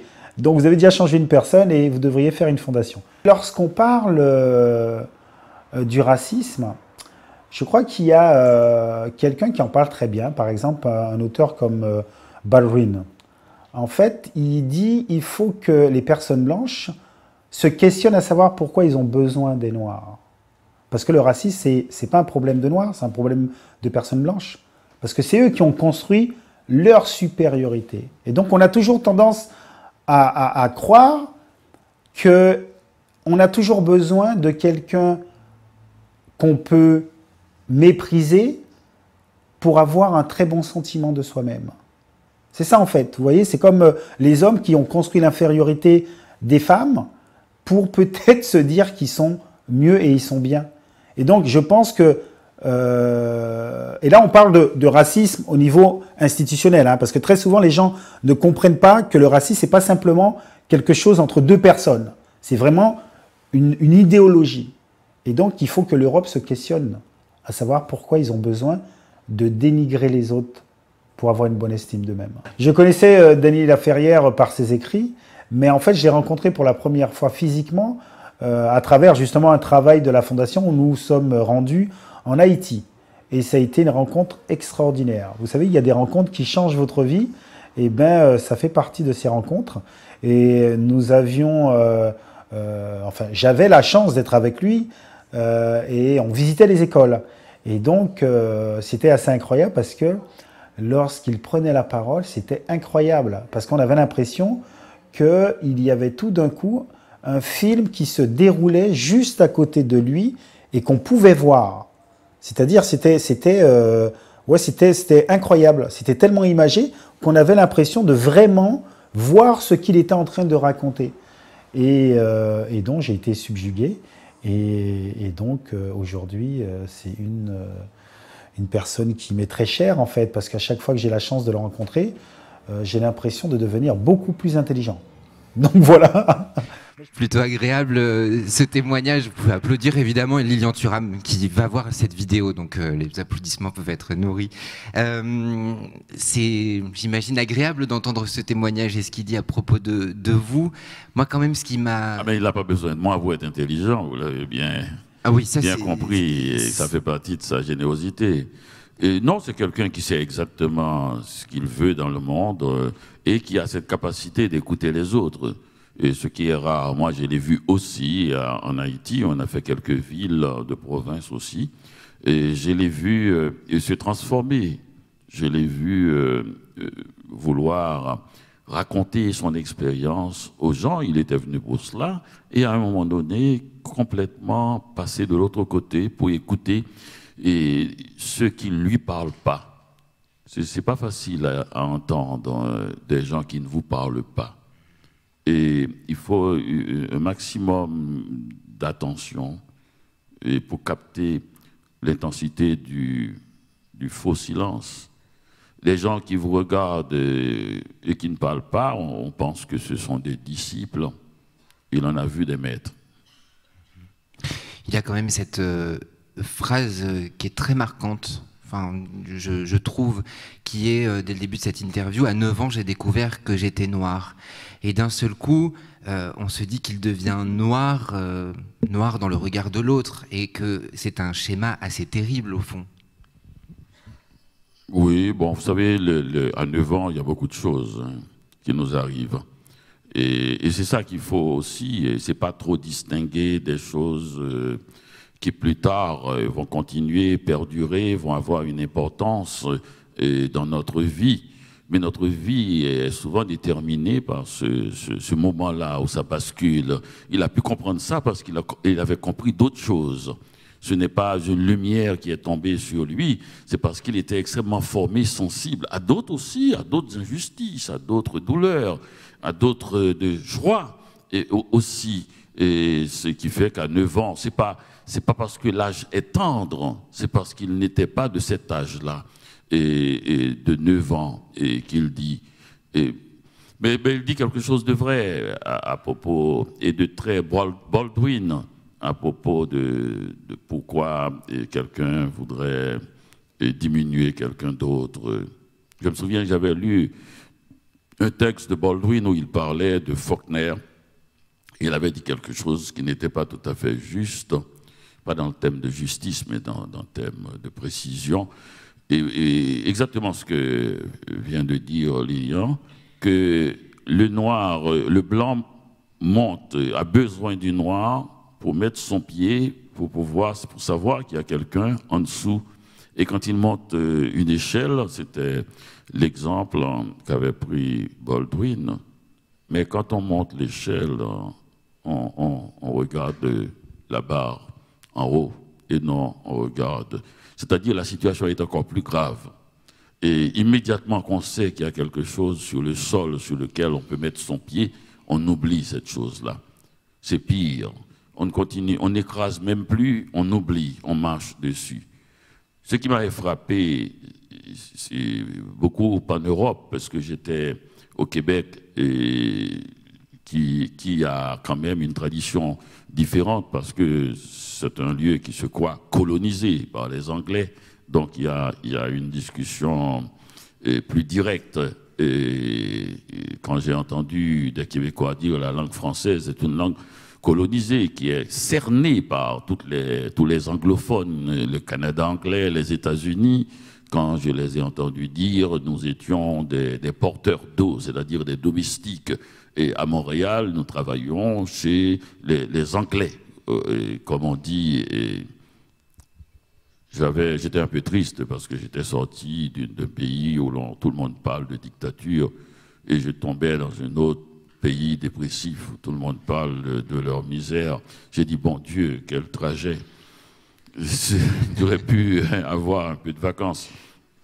Alors j'ai écouté un peu et je suis venu en France et je suis tombé dans une nouvelle réalité, et celle où le colonisateur ou l'ancien colonisateur veut bien se délier, c'est-à-dire casser tous les liens avec la colonisation, et qu'il faut que je passe tout mon temps à leur expliquer qu'ils ne sont pas méchants. Et je ne connaissais pas cette possibilité. C'est-à-dire que je croyais qu'on allait prendre cas de ma situation, que je n'avais dans un salon qu'à dire « je suis un ancien colonisé, je viens d'un pays pauvre ». Eh bien non, le type il me regarde et il me dit « vous savez, c'est encore dur hein, d'être un ancien colonisateur et que moi je vous aime ». Je ne comprends pas pourquoi on ne me croit pas quand je dis « oui, on vous croit, vous nous aimez, nous vous aimons ». Et ça prend du temps. Ça prend du temps. Je veux dire, le travail de psychanalyse avec l'ancien colonisateur est devenu de plus en plus dur, de plus en plus long, et c'est un cas difficile. Il faudrait vraiment que l'État puisse allouer un budget et à ça, si on veut sortir de cette névrose coloniale. Michel Schneider, avant de vous passer la parole, je voulais juste quand même signaler que la fondation de Lilian Thuram n'est pas seulement une fondation qui lutte contre le racisme, mais aussi contre le sexisme, l'homophobie, les inégalités. Et il existe un site internet, vous pouvez aller le consulter. Et puis je signale aussi son livre « Mes étoiles noires ».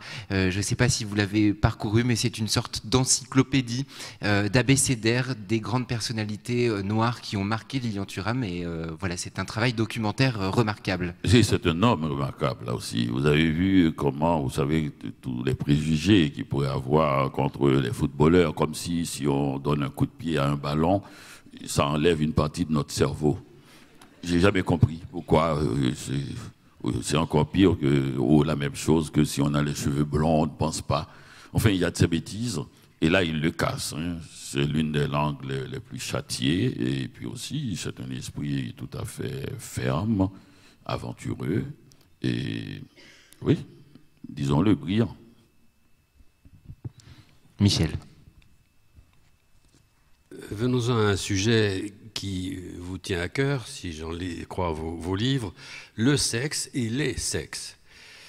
De même, comme le rappelait Lilian Thuram, de même qu'on ne change pas le monde en changeant le vocabulaire, en substituant aux mots nègre ou aux mots noir je ne sais quelle périphrase et en les interdisant pénalement, de même on ne change pas probablement le statut inégal des femmes par rapport aux hommes en changeant le vocabulaire, la syntaxe et en mettant en place une écriture dite inclusive.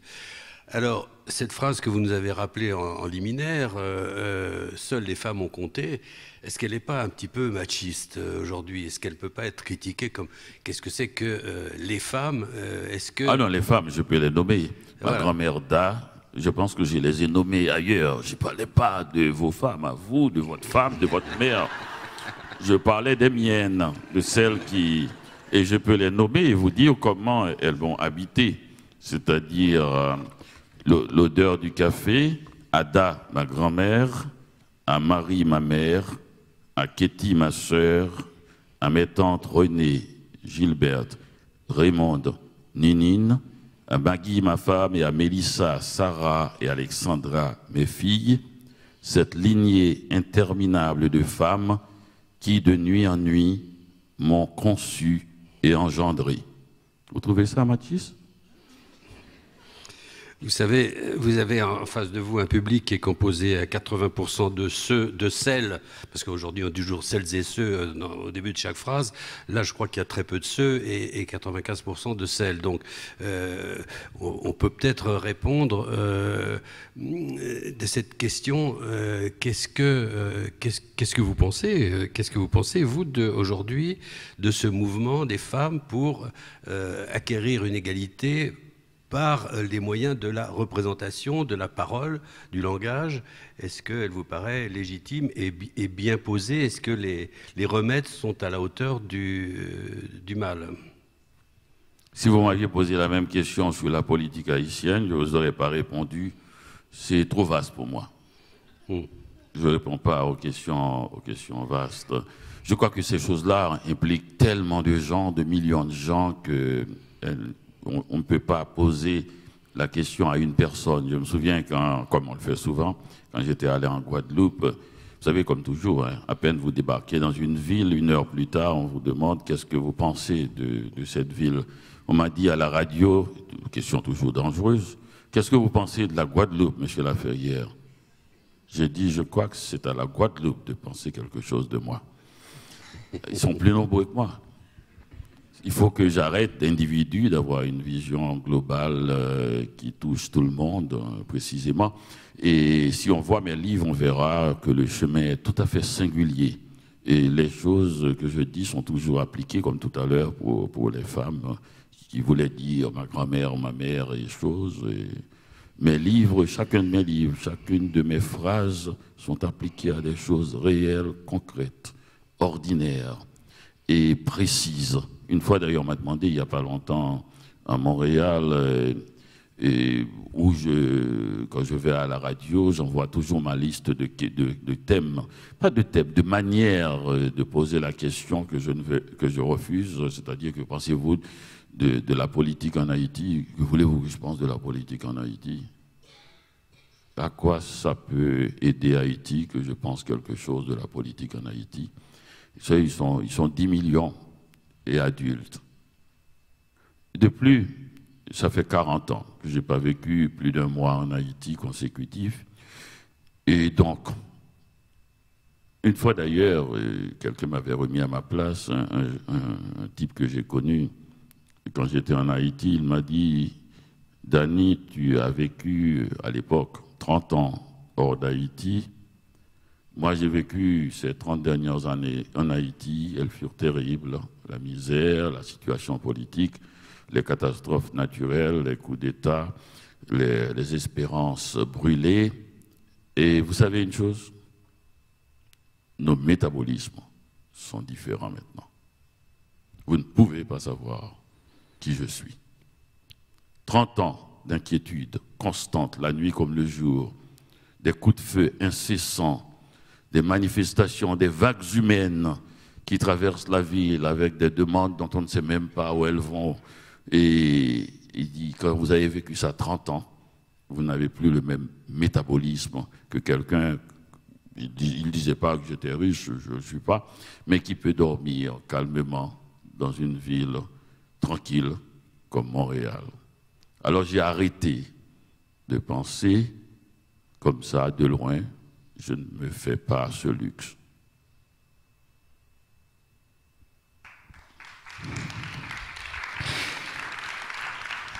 Puisque vous parlez d'Haïti et de ce rapport avec Haïti, et on comprend tout ce que vous venez de nous exposer, comment vous vivez vos moments là-bas et le statut que vous avez là-bas en Haïti? Là-bas, les jeunes, ils vous interpellent, ils ne vous appellent pas Monsieur Laferrière ou Dany ou Immortel. Ils me disent « Hé, Immortel !» Ils pensent que c'est un prénom. Je ne sais pas, ils ne sont pas au courant. J'ai rencontré un dernièrement, je pense qu'il avait 12 ans ou 10 ans. Il y avait un autre à côté de lui. Il m'a demandé mon numéro de téléphone. Je n'ai pas. Il m'a demandé mon adresse mail. Je lui ai donné. Il m'a demandé mon mot de passe. Et l'autre a dit, mais non. Il me dit, j'ai dit, non, je ne peux pas te donner mon mot de passe. Il me dit, mais alors comment je vais faire pour t'écrire? Et donc, on est... Et de toute façon, moi, je donne toujours mon adresse mail parce qu'ils ne me réécrivent jamais. Au lieu de me battre, de dire, de toute façon, c'est fait pour donner. Et comment vous vivez ce statut? Je ne sais pas, je ne vois pas de statut. C'est vrai? Ah oui, totalement. Mais au contraire, c'est contre mon commerce. C'est-à-dire, j'ai une petite industrie, j'ai une trentaine de livres, je m'assois derrière dans les salons du livre et je rencontre les gens, les livres sont traduits, je ne sais pas lequel est traduit, donc j'ai un petit commerce. Et si je suis visible et que j'ai un statut, je ne peux plus écouter les gens, je ne peux plus les rencontrer. Et s'ils veulent me donner un statut, ça leur regarde, mais c'est contre le business. Et je dois être invisible et les observer. Et donc, ils peuvent me regarder comme ils veulent, mais sachez que je les regarde, puisque précisément, le changement de statut se trouve dans le fait de qui regarde l'autre. S'ils me regardent, ça veut dire que je suis une vedette. Si je les regarde, ça veut dire que j'ai besoin de leur vie. Et je veux leur vie. C'est tout ce qui m'intéresse. Je veux dépouiller. Je vais prendre tout ce que je peux prendre pour exprimer ça en rythme, en musique, en émotion. C'est mon travail. C'est le commerce, comme on dit. Quelqu'un de bon commerce. Dans ce dernier livre, il y a une séquence qui m'a beaucoup fait rire. C'est une série de tables à la terrasse d'un café. Et puis, en légende, vous dites « Devinez qui est le noir parmi tous ces hommes ?» Et la réponse, c'est le seul qui a 2 femmes à sa table. Bon, ce qui est une moquerie à la fois contre le machisme, contre un certain machisme, et aussi une sorte de mise à distance de toute origine, quoi. Est-ce qu'on ne peut pas être enfermé dans des stéréotypes comme ça? Oui, je crois que c'est un livre aussi, Peau noire, masque blanc, de Frantz Fanon, que j'ai voulu, dans cette page, évoquer les ironies qu'il avait un peu mis dans ce livre. Mais dans ce rappel de Fanon, il y a quand même quelque chose d'important qui s'est passé dans la rencontre de l'un et de l'autre. C'est-à-dire, quand Francis Janson, revenu d'Algérie, dit à Sartre, Fanon m'a dit que dès qu'il se met à sa table de travail, il voit votre visage. Ému, Fanon demande à lire le manuscrit, c'était Les damnés de la terre. Et ce qu'il n'avait jamais fait, Sartre plutôt, Sartre demande à lire, et ce qu'il n'avait jamais fait avant, depuis qu'il est devenu écrivain, disons presque professionnel, d'une certaine manière, c'est-à-dire penseur. Il a écrit à Fanon, il lui a dit « Je vous donne 3 jours de ma vie ». Et Sartre a toujours écrit, chaque jour. Et il lui a loué une chambre d'hôtel à Rome. Il est allé avec Simone de Beauvoir, ils se sont assis, ils ont dit à Fanon « On vous écoute ». Ils l'ont écouté pendant 3 jours. Et c'est extraordinaire. On parle toujours de cela, de rencontres. Sartre, dont l'esprit est toujours en mouvement, en ébullition totale, Sartre qui met en idéologie, en pensée, en philosophie, tout, a déconnecté tous les fils de son cerveau pour écouter une autre parole. Il a fait la préface des Damnés de la terre, qui a failli voler le spectacle, puisqu'il était plus radical encore que Fanon, et dans cette préface dont on se souvient. Donc il y a des moments comme ça où Sartre n'a pas toujours été quelqu'un que les gens aiment toujours, mais dans ce moment-là, ça n'était pas Sartre, c'est la rencontre de 2 individus extraordinaires, rencontre où la générosité totale de donner la seule chose qu'on peut posséder ou ne pas, le temps. Il lui a donné 3 jours de sa vie, je n'ai pas de l'argent, je vous écoute. Je vous écoute, c'est Sartre, l'ancien colonisateur qui écoute l'ancien colonisé. Parce qu'il ne veut pas simplement lui donner des paroles de compassion, il veut entendre ce qu'il veut dire dans son extrême radicalité. Et il est allé plus loin que Fanon même. Si Fanon a demandé à ce qu'il se passe quelque chose, des exigences terribles, et Sartre a demandé même la mise à mort du colonisateur. Dans ce livre, il a failli même casser le livre d'une certaine manière. Donc il y a des passages comme ça dans ce livre, mais aussi il y a une page dont j'étais un peu bien content parce que j'ai résumé en une page uniquement avec des images l'écume des jours de Boris Vian. Oui, ça m'a plu de le faire, de montrer que c'est une sorte de grosse chose jaune, et comme un soleil, le nénuphar qui a grossi dans le ventre, et de, comment il s'appelle encore? C'est Colin et Chloé, il y a des choses que ça m'a, et quand on fait des choses comme ça, il y a des pages.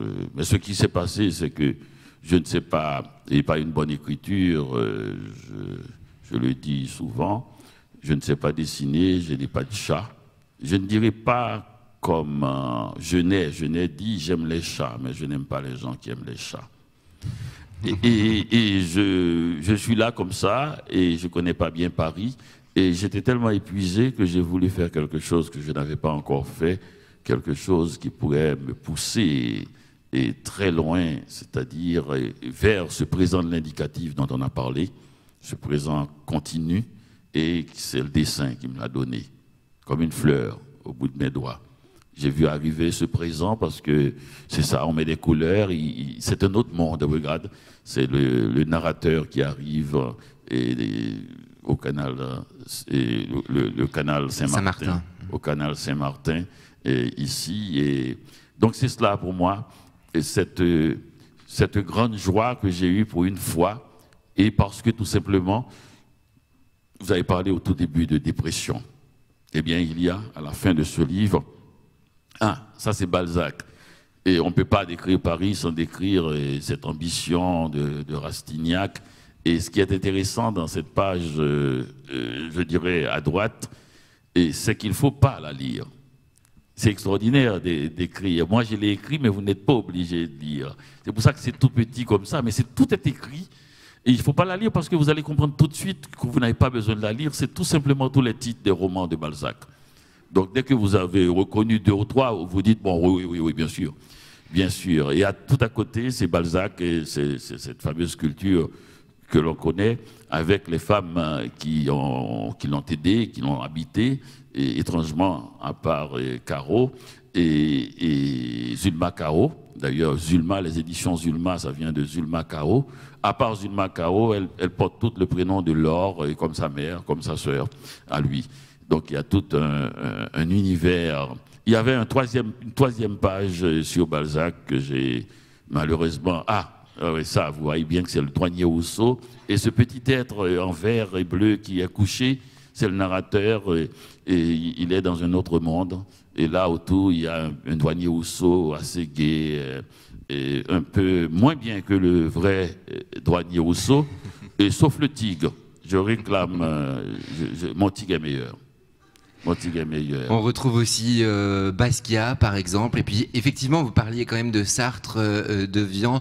Saint-Germain-des-Prés est assez présent dans ce livre, qui s'appelle Autoportrait de Paris avec chat. Mais enfin, quand même, on est aussi dans l'autoportrait. On rentre dans votre intimité, Dany Laferrière, à travers cet ouvrage. C'est un carnet de notes, quelque part. Oui, enfin, je ne sais pas ce que c'est que ça m'a permis vraiment de sortir de ce picotement qui me partout. Vous savez, c'est pas demandé à être noir, vraiment. Et je me retrouve à l'Académie française. Et deuxième, Senghor est mort depuis quelques années et il me laisse tout ce fardeau. Tout le monde m'écrit. Vous me demandez comment appeler leur fils, comment est-ce qu'il faut adopter un enfant ou pas. Ah oui, oui, des choses. Parce que c'est comme ça, c'est normal. Vous êtes sous la lumière, c'est l'Académie française, parce que, qu'on le veuille ou non, le président de la République est venu assister à mon discours. C'est un rituel extrêmement puissant. Et à ce discours, je n'ai pas le droit, je n'ai pas à saluer le président de la République. Et même à la fin, quand je dois le saluer, je dois compter les pas pour qu'il n'ait pas un pas en plus et que je dois être un peu légèrement plus haut. En fait, vous savez, c'est parce que l'Académie, c'est tout à fait d'une grande liberté. On a 40 fauteuils parce que Louis XIV voulait venir un jour, parce que, vous savez, à l'époque, les réseaux, il voulait qu'un de ses neveux, duc, rentre. Et il est venu à la cérémonie et il fallait un fauteuil pour le roi, alors on a fait 40 fauteuils. C'est pour ça qu'on parle de fauteuil de l'Académie. Donc ça veut dire que c'est un espace extraordinaire que la France a trouvé et pour rendre hommage à l'esprit. C'est-à-dire, la France a donné, pour la première fois, peut-être l'une des rares fois dans l'histoire du monde, mais vraiment, parce qu'il y a d'autres académies, le pouvoir à l'esprit.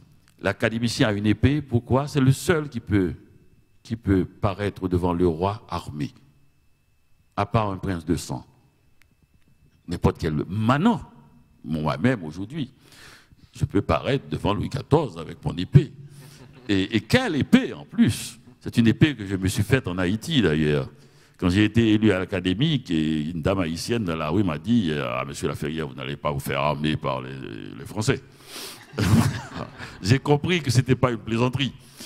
Alors j'ai fait faire cette épée par un sculpteur haïtien et qui m'a dit, après un mois, il ne m'a pas donné de nouvelles. J'ai dit « Qu'est-ce qui se passe ?» Il m'a dit « Ah, mon ami, on ne savait pas. C'était le tremblement de terre.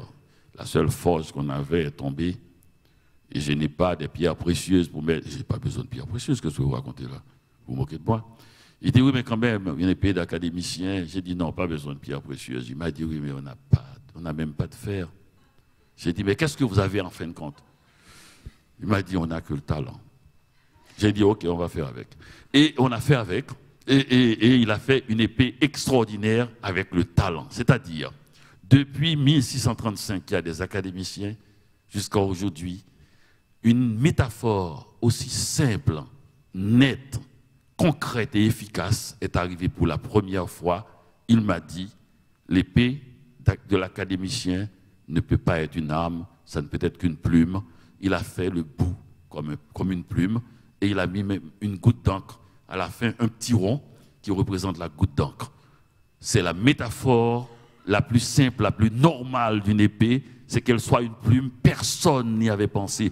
Même le très spirituel Cocteau, qui a fait une épée en verre, personne n'avait pensé que l'épée de l'académicien était en fait une plume.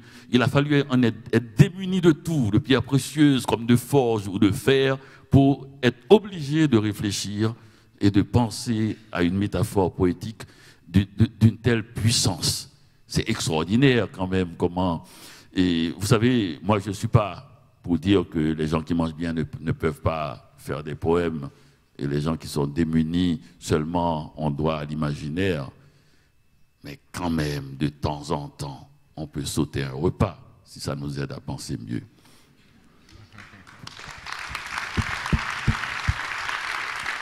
Dany Laferrière, il va être l'heure de se quitter.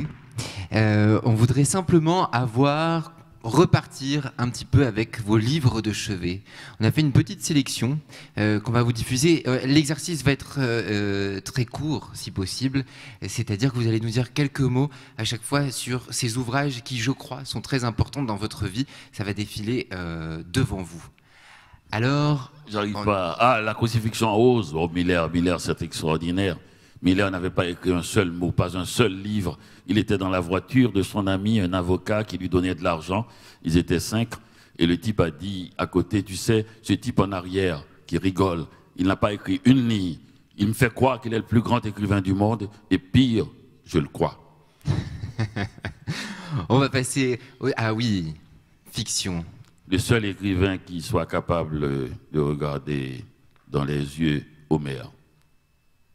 Il s'appelle Jorge Luis Borges. Il est aussi aveugle qu'Homère. Il a écrit des livres qui ont dérangé littéralement mon cerveau. Fiction d'abord, que j'ai découvert par hasard dans une bibliothèque, dans une librairie à Montréal, la librairie Québec-Amérique. Et j'ai été emporté, et cela fait peut-être 35 à 40 ans que je le lis chaque jour au moins. Pas le livre, l'auteur. Je n'aime pas les livres, j'aime les écrivains. C'est-à-dire quand j'aime un écrivain, je le lis. Ensuite, nous avons Diderot, avec le neveu de Rameau. Qu'il fasse beau, qu'il fasse laid, c'est mon habitude d'aller sur les bancs du palais royal. Je m'entretiens avec moi-même de philosophie, de goût et d'art. Mes pensées, ce sont mes catins. Paris est l'endroit du monde et le café de la Régence est l'endroit de Paris où l'on joue le mieux à ce jeu. C'est ici que s'affrontent Philidor, le subtil, le solide. Alors de cette phrase, Paris est l'endroit du monde et le café de la Régence est l'endroit de Paris où l'on joue le mieux à ce jeu, c'est-à-dire les échecs. Voltaire, un peu jaloux, a dit que c'était la phrase française la mieux balancée. Alors Baldwin, dont on a parlé tout à l'heure, et que citait Lilian Thuram également, la prochaine fois, le feu. Il est laid, il est petit, il a les yeux globuleux. Il est né à Harlem, il est l'esprit le plus pur, le plus juste, le plus intelligent de cette Amérique ensanglantée. C'est lui seul, qui a promis un matin calme et serein, pendant que tous les autres appelaient de leur vœu le sang. Cette prochaine fois, le feu, ce n'est pas lui qui l'appelle, c'est une phrase biblique d'ailleurs. Il a simplement dit, les Blancs ne retourneront pas en Europe, les Noirs ne retourneront pas en Afrique. Il vous faudra apprendre à vivre ensemble. Et un dernier livre, je crois que c'est le dernier, oui, L'espace d'un ciment, de Jacques-Stéphane Alexis, dont vous avez parlé tout à l'heure. Jacques-Stéphane Alexis est né en 1922. Il est mort, assassiné par Duvalier en 1961. Il a vécu en France, il a écrit 4 romans chez Gallimard. Compère Général Soleil, L'espace d'un ciment. Il a écrit aussi Romanceo aux étoiles, Les arbres musiciens, et vient de publier dernièrement, même s'il est mort, vous savez, les écrivains sont capables de publier des livres après leur mort, chez Zulma, L'étoile absinthe. Et cet homme est d'un courage fou. Il a écrit une lettre à Duvalier, François Duvalier, Papadoc, en Haïti même, pendant qu'il y était présent, pour lui dire de ne pas toucher à sa personne, car il descend par 2 fois de l'empereur Jean-Jacques Dessalines, le fondateur de la nation haïtienne, et qu'il n'a peur de personne d'une certaine manière. Il est parti, il est pris de folie, il a vu Ho Chi Minh, il est allé voir Mao afin que la Chine se réconcilie avec la Russie. Il était fou, il se croyait le maître du monde parce qu'il était habité par un rêve absolu, celui de rendre les prolétaires plus heureux.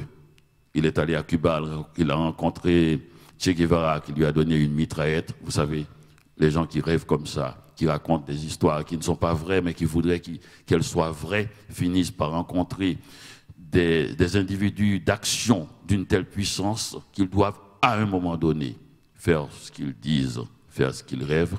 Il est allé en Haïti avec 3 amis, il a été pris, assassiné. Et c'est ainsi qu'il est mort en 1922. Il est jusqu'à présent la seule chance qu'Haïti a eue pour avoir un Nobel. Un grand merci, Dany Laferrière, d'avoir été avec nous ce soir. Bravo.